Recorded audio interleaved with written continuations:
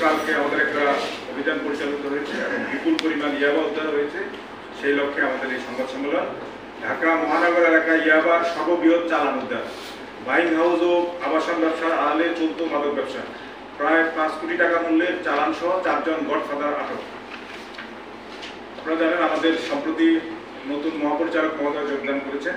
তারই নির্দেশনা মোতাবেক দেশব্যাপী চলমান মাদকদ্রব্য উদ্ধার ও নিয়ন্ত্রণ অভিযানের ধারাবাহিকতায় গতকাল রাতে গোপন সংবাদের ভিত্তিতে ঢাকা মেট্রো উত্তর কার্যালয়ের একটি 24 টিম ঢাকা মহানগরীর হাতিরঝিল এলাকায় অভিযান পরিচালনা করে 1,60,000 পিস ইয়াবা সহ 4 জন মাদক ব্যবসায়ী মানে মূলত বলা যায় যে গডফাদারকে আটক করা হয়।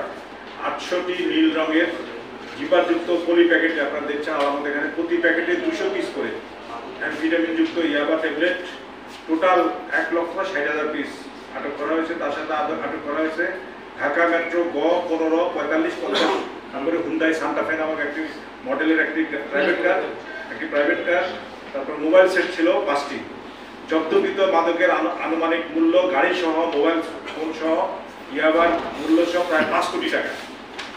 গ্রেপ্তারকৃত আসামির মধ্যে আছে জনাব মোহাম্মদ নজরুল ইসলাম ওরফে সোহেল রানা, বয়স 34, পিতা মৃত আবুল হাসেম, 2500, নারায়ণগঞ্জ থানা, 2500, জেলা নারায়ণগঞ্জ।